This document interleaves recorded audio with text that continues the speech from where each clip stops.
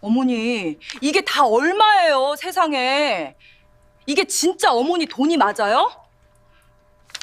어머니, 이게 다 얼마예요? 세상에.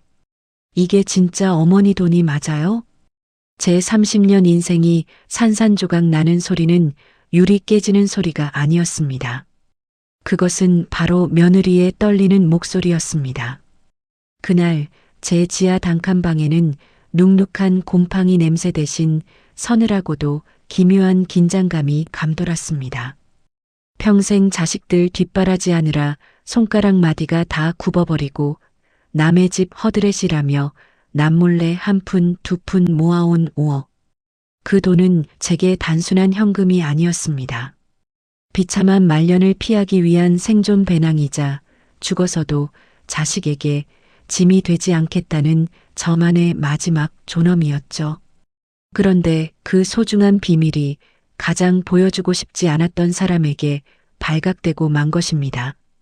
제 눈앞에 선 며느리의 얼굴은 제가 알던 그 무뚝뚝하고 차가운 표정이 아니었습니다.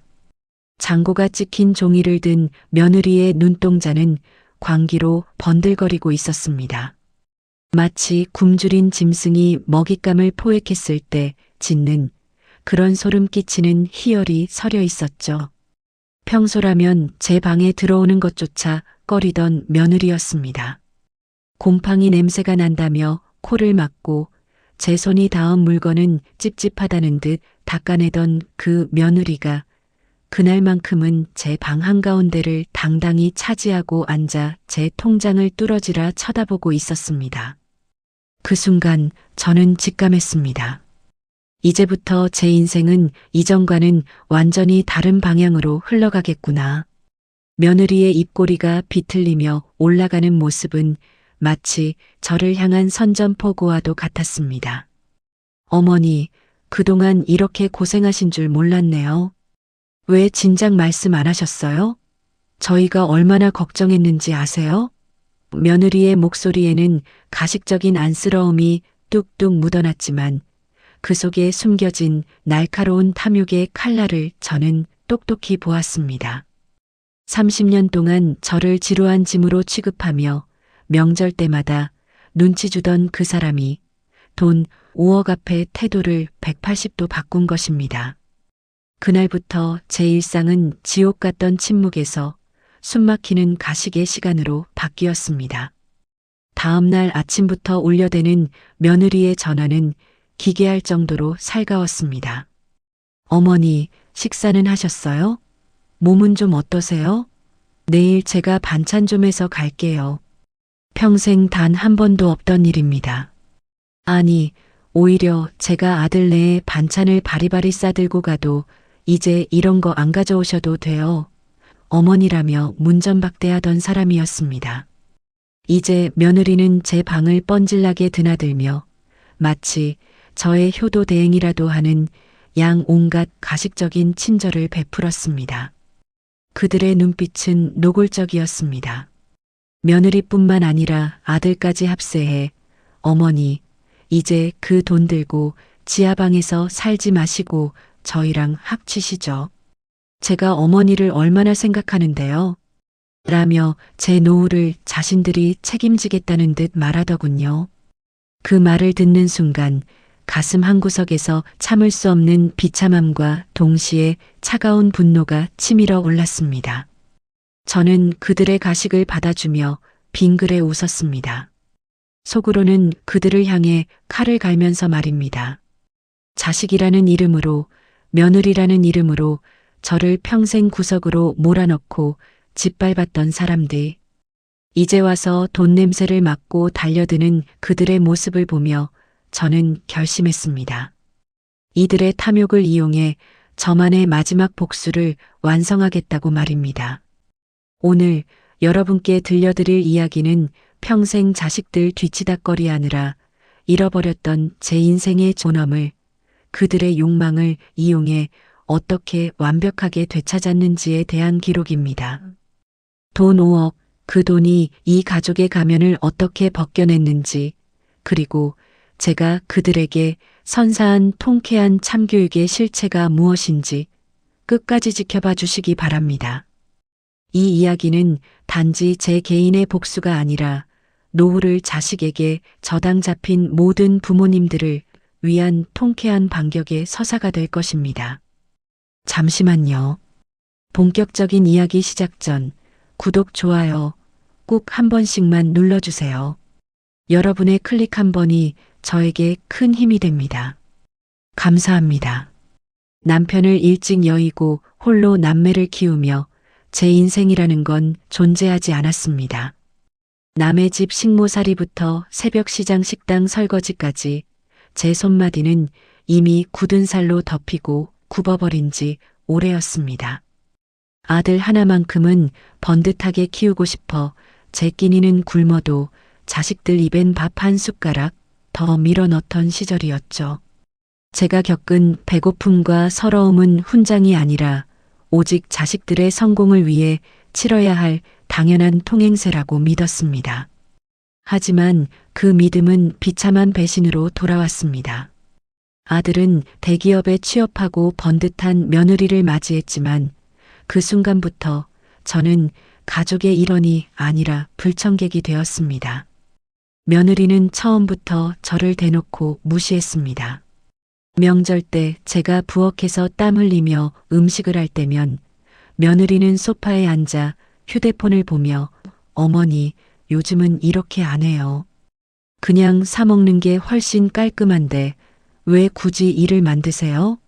라며 제 정성을 쓰레기 취급했습니다. 아들은 옆에서 며느리 눈치만 보며 엄마 그냥 좀 쉬어. 왜 자꾸 애기를 죽여? 라며 제 편은커녕 며느리의 공격에 힘을 실어주곤 했습니다.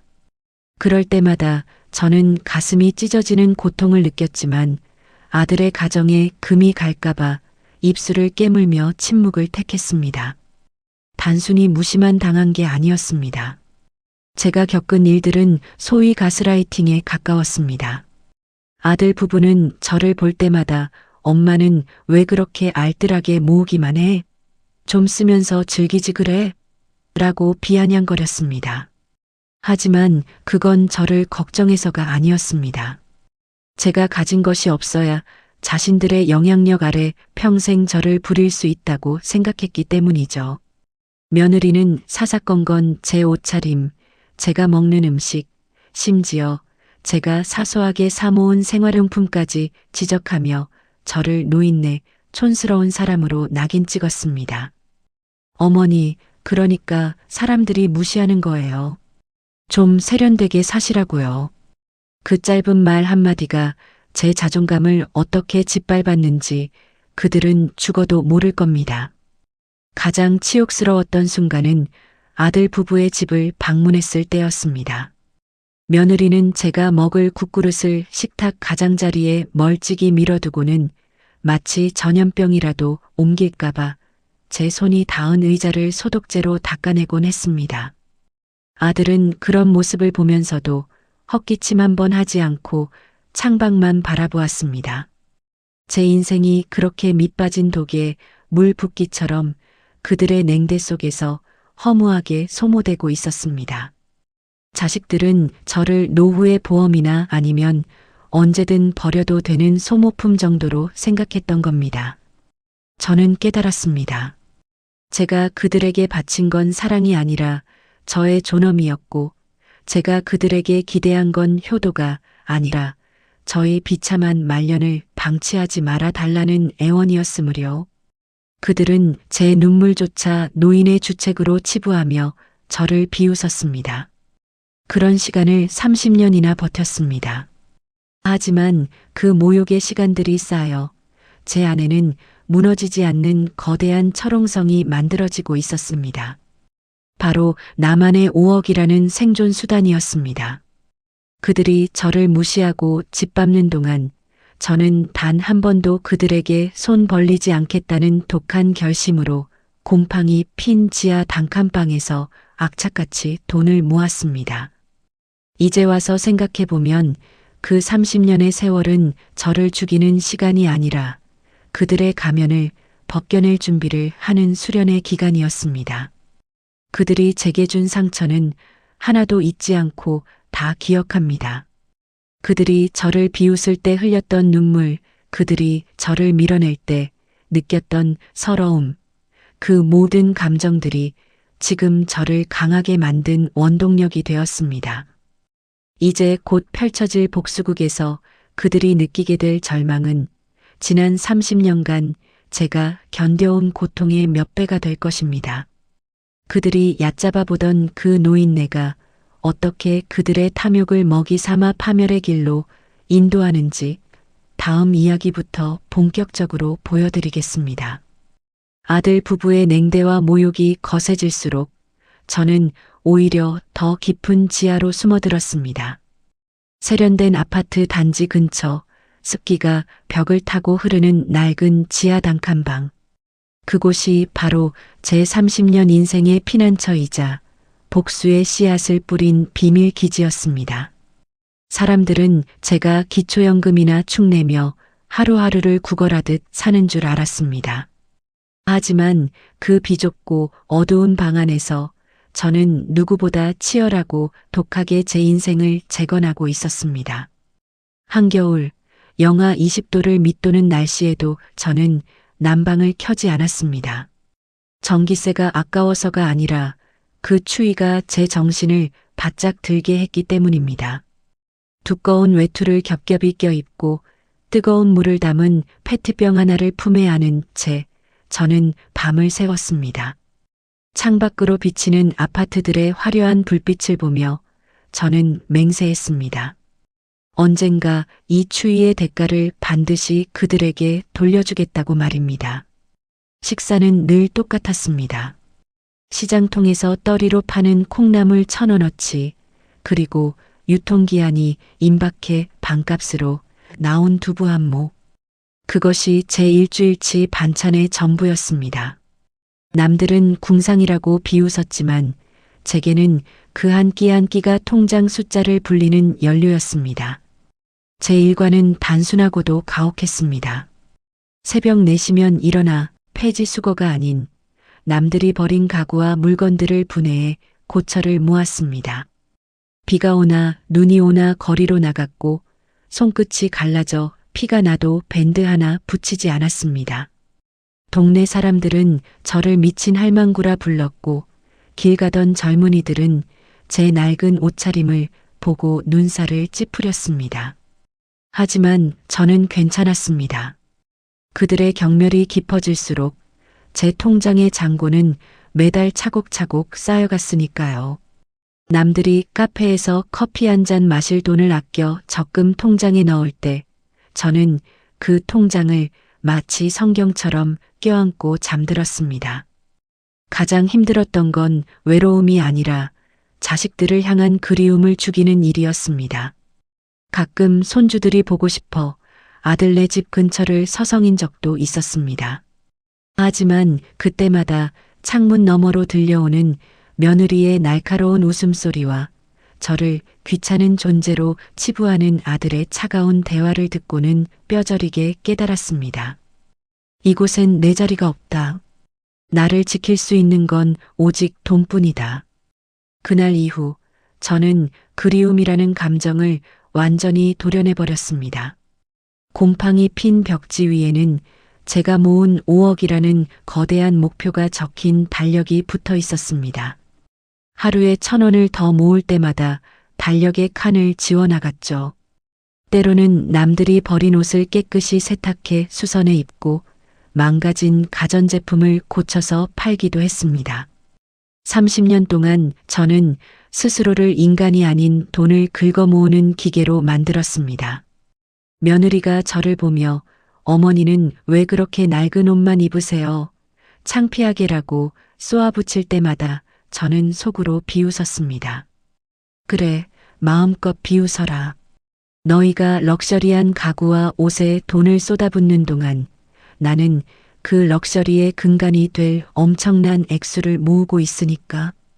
이 지하방은 제게 감옥이 아니라 세상 그 누구에게도 간섭받지 않는 성역이었습니다. 이곳에서 저는 5억이라는 숫자를 완성하며 서서히 며느리의 가면을 벗길 계획을 다듬었습니다.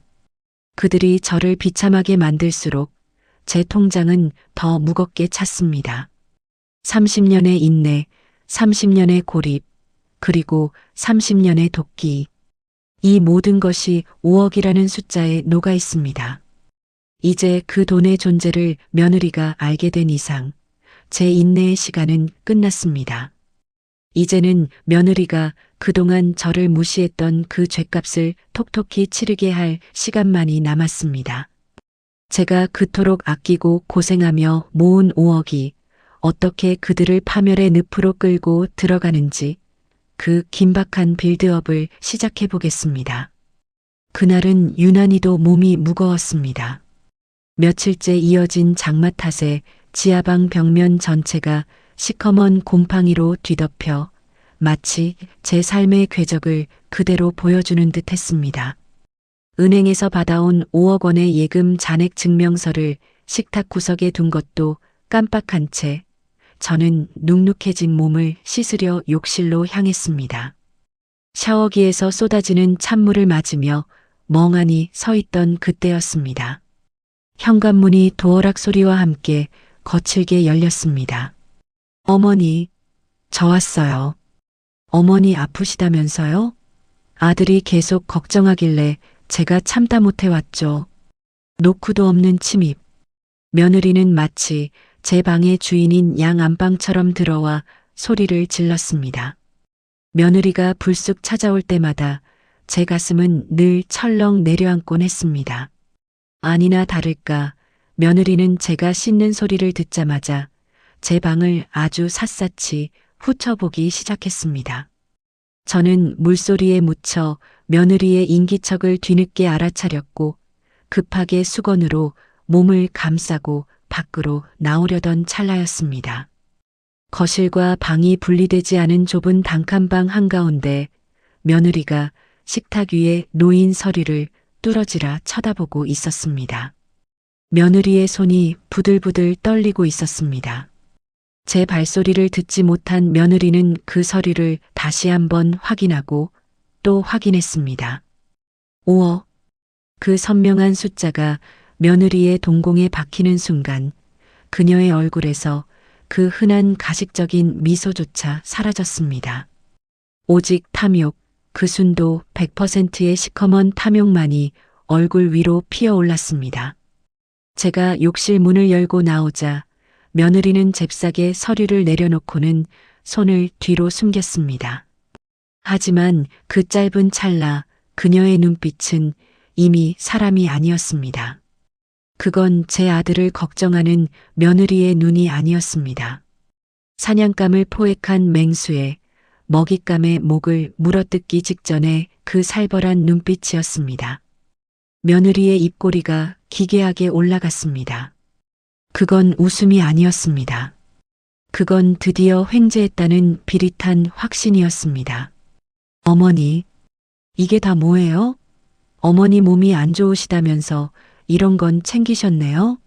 세상에, 이게 다 얼마예요? 5억? 어머니, 그동안 이렇게 고생하시면서 돈을 모으신 거예요? 저희한테는 한 푼도 없다고 하시더니 도대체 무슨 생각으로 이렇게 숨기신 거예요? 며느리의 목소리가 방 안을 쩌렁쩌렁 울렸습니다. 비난과 억측, 그리고 그 밑바닥에 깔린 노골적인 내 돈이라는 소유욕. 그녀는 제 눈을 똑바로 쳐다보며 저를 마치 사기꾼이라도 되는 양 몰아세웠습니다. 제가 이건 내 노후 자금이다라고 말하려는 찰나 며느리는 제 말을 끊고 제 방 구석구석을 다시금 눈으로 훑었습니다. 그 눈빛은 이 낡은 지하방의 곰팡이마저 돈으로 환산하려는 듯 계산적인 빛을 내뿜고 있었습니다. 저는 그날 처음으로 깨달았습니다. 며느리가 그동안 저를 왜 그렇게 경멸했는지. 그건 제가 무능해서가 아니라 그녀가 내 손에 쥐고 있는 것을 탐내고 있었음에도 갖지 못했기 때문이라는 사실을요. 그날 밤 며느리는 아들에게 전화를 걸어 쉴 새 없이 떠들었습니다. 제 방벽이 얇아 며느리의 목소리가 다 들렸습니다. 여보, 어머니 대박이야. 5억이 넘게 있어. 우리가 지금까지 멍청하게 기다린 거야. 이제 우리가 다 가져올 수 있어. 그 말을 듣는 순간 제 심장이 멈추는 줄 알았습니다. 아들은 수화기 너머로 무슨 말을 했는지 모르겠지만 며느리는 걱정 마. 내가 어머니 살살 구슬려서 다 뺏어올 거니까라며 악마 같은 웃음을 지었습니다. 그날 밤 저는 한숨도 자지 못했습니다. 하지만 두렵지 않았습니다. 오히려 그들의 그 가식적인 연극이 제 복수국의 서막을 알리는 신호탄이라는 생각에 입가에 쓴웃음이 지어졌습니다. 이제 며느리는 제 돈이라는 마약에 취해 제가 파놓은 구덩이로 제 발로 걸어 들어올 것입니다. 며느리의 태도는 그날 이후 완벽하게 돌변했습니다. 아니, 연기라는 단어로는 부족할 만큼 징그럽고 굴욕적인 쇼가 시작되었습니다. 평소라면 제 옷깃에 먼지라도 묻을까봐 눈을 흘기던 그 며느리가 이제는 제 낡은 옷소매에 묻은 먼지를 직접 손으로 털어내며 생긋 웃는 겁니다. 그 웃음은 보는 사람의 오금을 저리게 만들 만큼 소름 끼치게 자기적이었습니다. 며느리는 매일 아침 제가 눈을 뜨기도 전에 제 지하 단칸방 문 앞에 비싼 과일 바구니와 보양식을 가져다 놓았습니다. 어머니, 건강이 최고예요. 제가 어머니 생각해서 특별히 백화점에서 제일 좋은 걸로만 사왔어요. 라며 식탁 위에 음식을 차리는 꼴이라니요. 불과 일주일 전만 해도 어머니, 냉장고에 썩은 거 있으면 좀 버리세요. 냄새나요라며 면박을 주던 그 입술이 맞나 싶었습니다. 가장 가관인 것은 며느리의 굴욕적인 행동이었습니다. 어느 날 저녁 며느리는 대야에 따뜻한 물을 받아들고 제 방으로 들어왔습니다. 어머니, 고생 많이 하셨잖아요. 제가 어머니 발이라도 좀 씻겨드리고 싶어서요. 저는 기가 막혀서 말이 나오지 않았습니다. 제가 거부하려 하자 며느리는 억지로 제 양말을 벗기려 들었습니다. 며느리의 손끝이 제 발에 닿는 순간 그녀가 느끼는 불쾌감이 얼굴 근육을 통해 고스란히 전해졌습니다. 며느리는 눈을 감고 마치 성스러운 의식을 치르는 것처럼 가증스러운 표정을 지으며 제 발을 문질렀습니다. 어머니, 그동안 제가 너무 무심했죠? 아들이랑 합쳐서 어머니 모시고 싶어서 밤잠을 설쳤어요. 그 5억 은행에만 두면 썩잖아요. 저희가 아파트 대출금 정리하고 더 좋은 곳으로 이사 가서 어머니를 위한 방도 따로 만들어 드릴게요. 그녀는 제 발을 씻기면서도 끊임없이 돈 이야기를 꺼냈습니다. 대화의 목적은 오직 하나, 내 손에 든 5억 원을 자신들의 아파트 대출금과 바꾸자는 것이었죠. 그녀의 말은 꿀처럼 달콤했지만 그 뒤에 숨겨진 뱀의 혓바닥은 제 노후를 통째로 삼키려 하고 있었습니다. 아들 또한 마찬가지였습니다. 평소에는 전화 한 통 없던 아들이 퇴근만 하면 제 방으로 달려와 무릎을 꿇고 앉아 엄마 효도하고 싶어. 내가 그동안 너무 불효자였지? 이제 엄마 돈으로 편안하게 해드리고 싶어라며 가짜 눈물을 뚝뚝 흘렸습니다. 며느리는 심지어 제 방에 곰팡이 핀 벽지를 보며 어머, 여기 공기가 너무 안 좋아. 어머니 여기서 어떻게 사셨어요?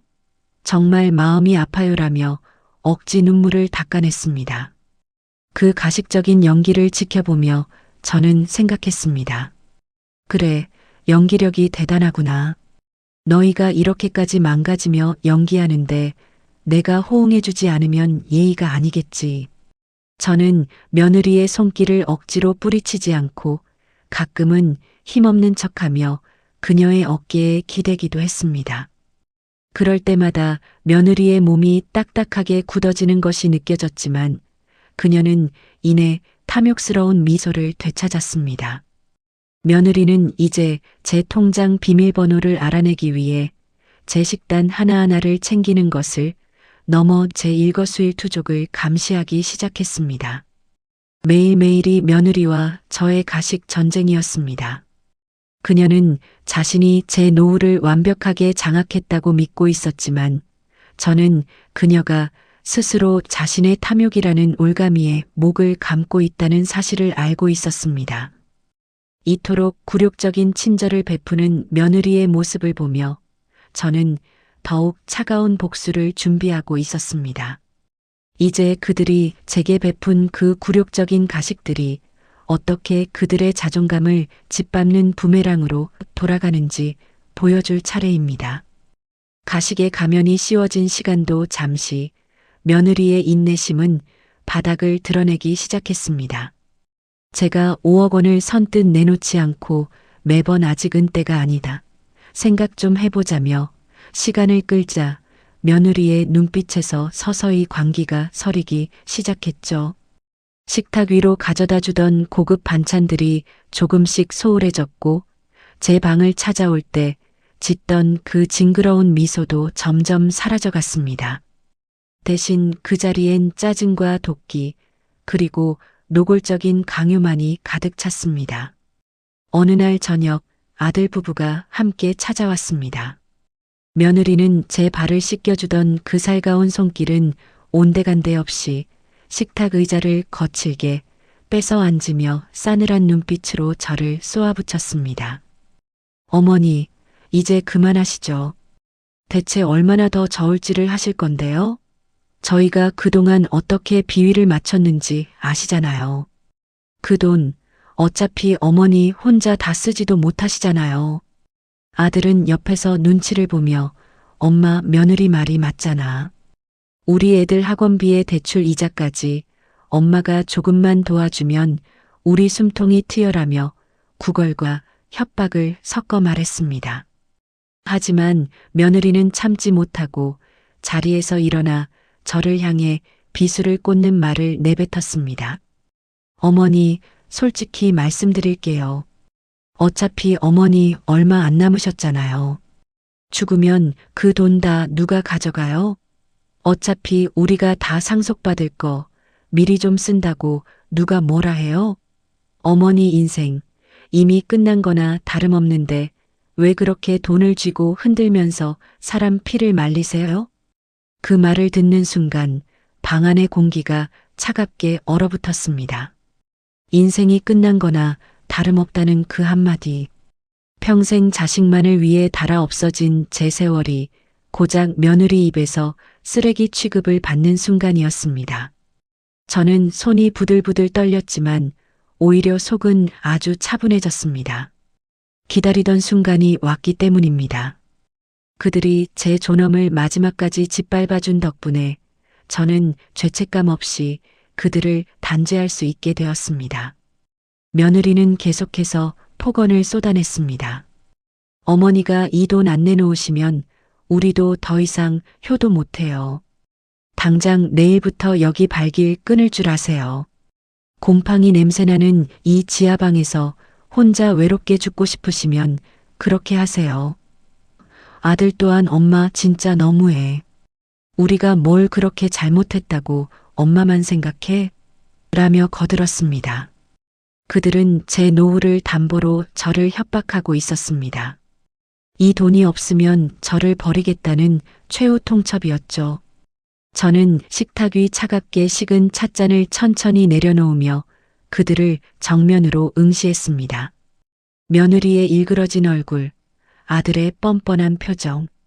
이 모든 것이 제 복수극의 완벽한 피날레를 위한 조각들이었습니다. 저는 눈을 감고 크게 심호흡을 했습니다. 그래, 내 인생이 얼마 안 남았다고? 그래, 죽으면 다 부질없다고? 제 낮은 목소리에 그들은 잠시 주춤했습니다. 며느리는 제가 드디어 돈을 넘겨주려나 싶어 눈을 반짝였지만 제 눈빛에 서린 살기 어린 결기를 잃지 못한 모양이었습니다. 저는 그들에게 제가 준비한 지옥의 문을 열어줄 준비를 마쳤습니다. 30년간 며느리가 제 가슴에 박았던 그 수많은 비수들이 이제는 그들의 심장을 향해 돌아갈 시간입니다. 저는 자리에서 일어나 그들을 보며 비릿하게 웃어 보였습니다. 그 미소를 본 며느리의 안색이 순간 창백해졌지만 이미 때는 늦었습니다. 다음 이야기에서는 그들이 감히 상상조차 하지 못한 저의 치밀한 반격 설계가 시작됩니다. 며느리의 그 모욕적인 폭언이 방안을 떠돌 때 저는 비로소 진정한 승자의 미소를 지었습니다. 그들이 제게 던진 비수가 오히려 제 복수의 칼날을 더욱 날카롭게 갈아주었기 때문입니다.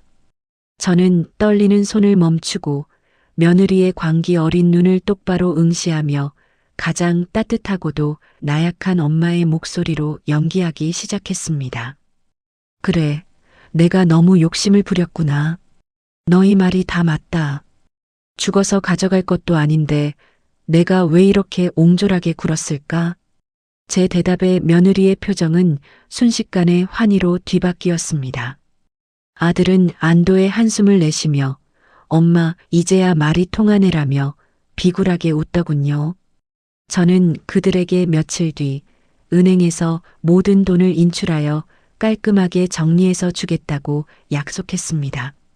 며느리는 그날부터 마치 승전보를 울린 장군처럼 행동했습니다.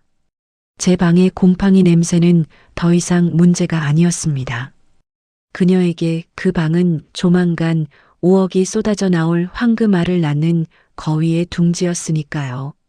하지만 그 뒤에서 저는 철저하게 움직였습니다. 먼저 저는 잘 아는 노무사 지인을 통해 제 전 재산을 사회복지법인과 동물보호단체에 기부하는 조건부 증여 계약서를 미리 작성해 두었습니다. 그 서류들은 겉보기에는 자식들에게 돈을 넘겨주기 위한 위임장과 서류들처럼 보였지만 실상은 정반대였습니다.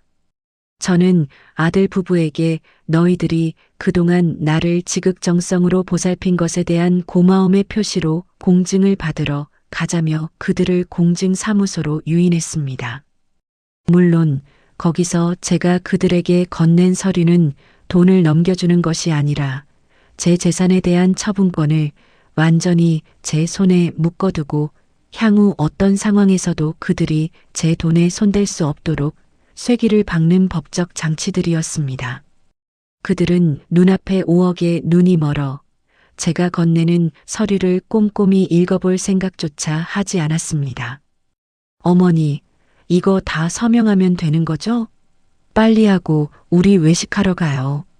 며느리는 이미 5억으로 살 명품 가방과 해외여행지를 머릿속으로 계산하며 서류에 도장을 찍었습니다. 밤마다 저는 그들이 찍은 도장을 보며 혼자 낄낄대며 웃었습니다.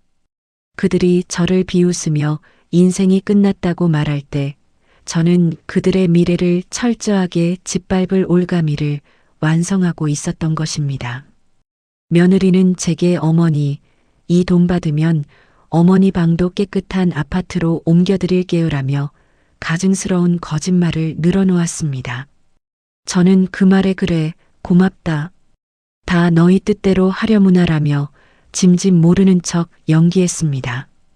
그들은 자신들이 덫에 걸린 줄도 모르고 저를 이용해 돈을 뜯어낼 계획만 세우고 있었습니다. 며느리는 벌써부터 주변 친구들에게 우리 시어머니가 드디어 정신 차리고 돈 좀 주기로 했어. 이제 우리 좀 살만하겠어라며 떠벌리고 다니더군요.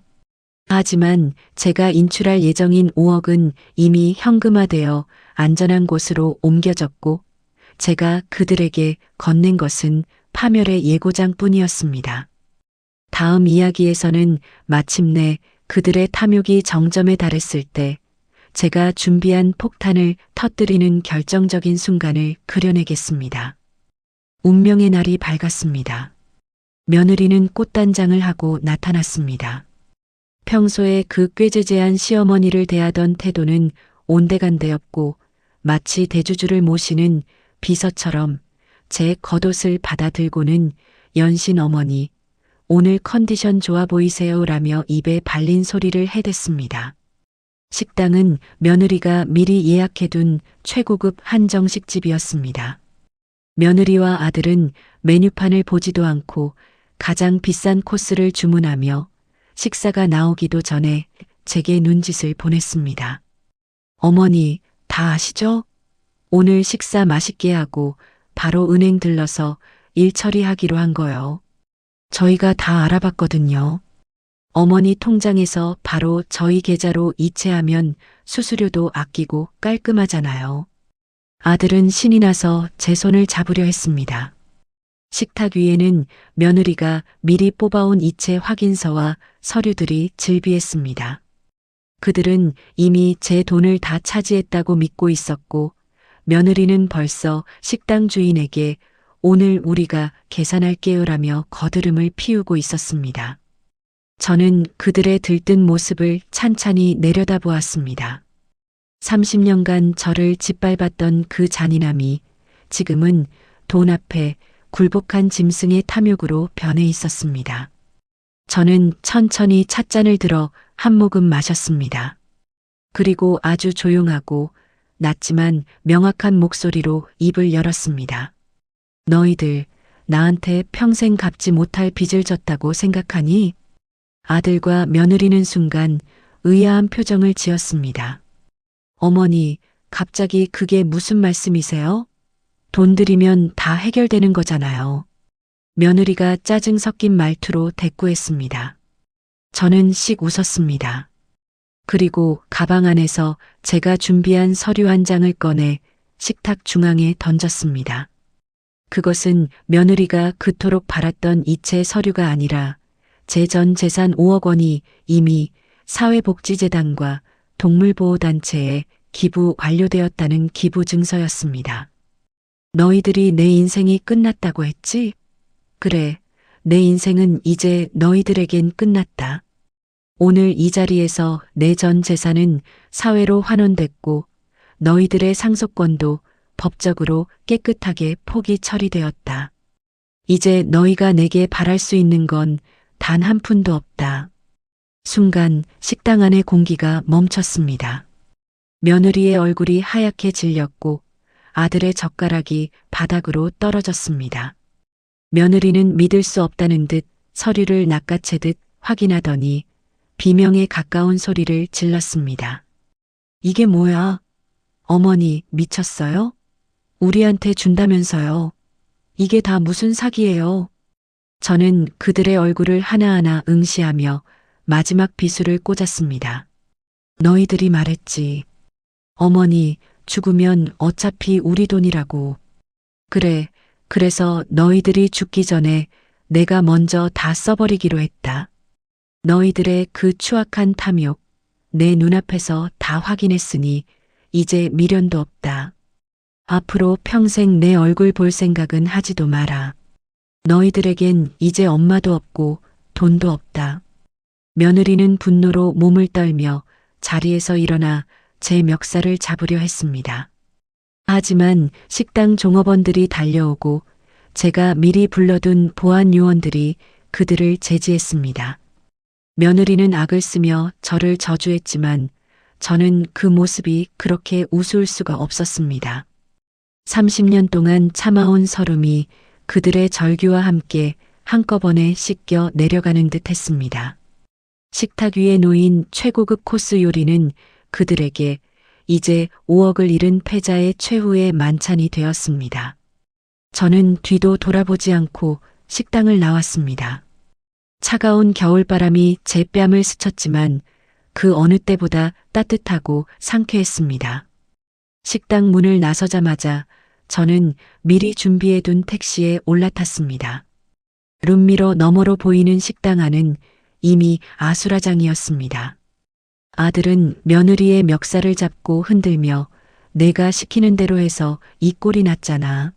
라며 울부짖고 있었고 며느리는 바닥에 주저앉아 머리카락을 쥐어뜯으며 악을 쓰고 있었습니다. 제 돈으로 아파트 대출을 갚고 차를 바꾸고 명품을 걸칠 상상에 취해 있던 그들이 한순간에 빈털터리 신세가 된 현실을 받아들이지 못하고 서로를 탓하며 추악한 본성을 드러내는 중이었습니다. 저는 창문을 닫았습니다. 그들의 절규도 분노도 더 이상 제 귀에 닿지 않았습니다.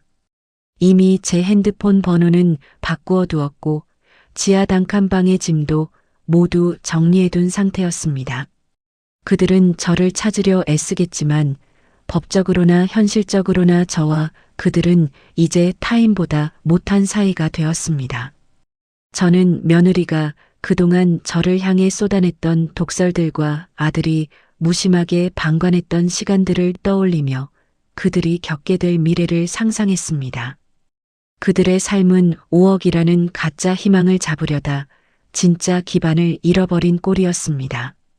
며느리는 그 돈을 믿고 이미 과도한 신용카드를 긁어댔을 테고 아들 또한 대출금을 갚을 능력이 없는 상태에서 저를 압박해왔으니 이제 그들에게 남은 건 걷잡을 수 없을 불안한 빚과 서로를 향한 원망뿐일 겁니다.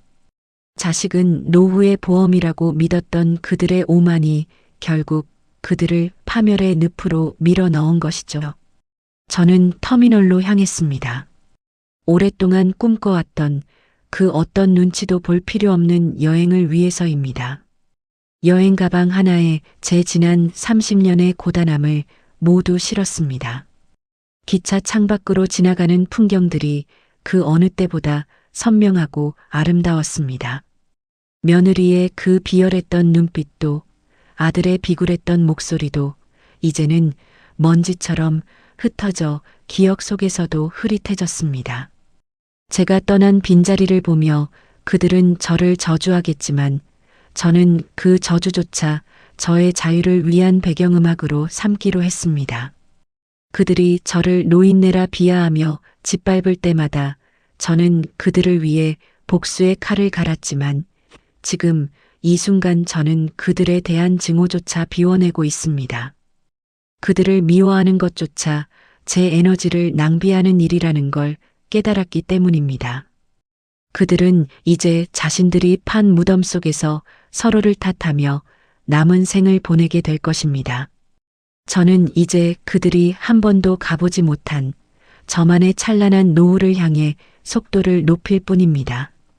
지금 저는 이름 모를 남해의 어느 해변, 파도 소리가 잔잔하게 들려오는 작은 테라스에 앉아 있습니다. 햇살은 따스하고 바람에는 짠 내 대신 향긋한 꽃향기가 묻어납니다. 며느리는 지금쯤 저를 찾겠다고 여기저기 수소문하며 제 욕을 퍼붓고 있겠지요. 아들은 대출 독촉에 시달리며 무너져 내린 가정을 수습하느라 피가 마를지도 모릅니다. 하지만 그건 이제 제 세상 밖의 일입니다. 저는 더 이상 그들의 엄마도 며느리의 시어머니도 아닙니다. 저는 오직 나로 살아가고 있습니다. 여러분, 30년이란 세월 동안 저는 제 삶을 자식이라는 이름의 족쇄에 묶어두었습니다. 곰팡이 핀 단칸방에서 악착같이 돈을 모았던 건 단순히 5억이라는 숫자가 필요해서가 아니었습니다. 그것은 나도 내 인생을 살 권리가 있다는 최소한의 방어선이었죠. 그들은 저의 희생을 당연하게 여겼고 제가 가진 가치마저 돈으로 환산해 저를 짓밟았습니다. 하지만 제가 그들에게 보여준 것은 파멸이 아니라 어머니의 등 뒤에도 날개가 있었다는 사실입니다. 이제 저는 매일 아침 저를 위해 커피를 내리고 저를 위해 책을 읽고 저를 위해 길을 걷습니다. 그동안 굽었던 제 손가락도 남들의 눈치를 보느라 펴지 못했던 제 어깨도 이제는 자유롭습니다. 5억을 기부하고 떠나온 제 통장은 비어 있지만 제 마음은 세상 그 무엇보다 풍요롭습니다. 그 돈을 그들에게 주어 그들의 탐욕을 배불리는 것보다 내가 꿈꾸던 자유를 사는데 쓴 이 결정이 제 인생 최고의 투자였습니다. 혹시 지금도 자식 눈치를 보며 가족이라는 이름의 무게에 짓눌려 살아가고 계신가요? 자식은 내 노후의 보험이 아니다라는 제 말이 비정하게 들릴지도 모릅니다. 하지만 기억하세요. 당신을 함부로 대하는 사람들에게 당신의 인생을 저당 잡힐 이유는 없습니다. 당신의 인생은 오직 당신의 것입니다. 나를 사랑하지 않는 사람들을 위해 헌신하는 것은 효도가 아니라 내 삶에 대한 배신입니다. 저는 이제야 비로소 제 이름 석자를 온전히 되찾았습니다. 며느리의 비난도 아들의 원망도 이제는 먼지처럼 가볍습니다. 여러분도 늦지 않았습니다. 나를 갉아먹는 관계는 끊어내고 오직 당신만의 행복을 위해 한 걸음 내디디세요. 당신이 당신을 소중히 여길 때 비로소 세상도 당신을 존중하기 시작할 겁니다. 저는 이곳에서 파도 소리를 들으며 남은 생을 찬란하게 채워갈 생각입니다. 오늘 제 이야기가 누군가에게는 숨을 틔우는 작은 창문이 되었기를 바랍니다. 이제 여러분도 당신의 진짜 인생을 시작하세요.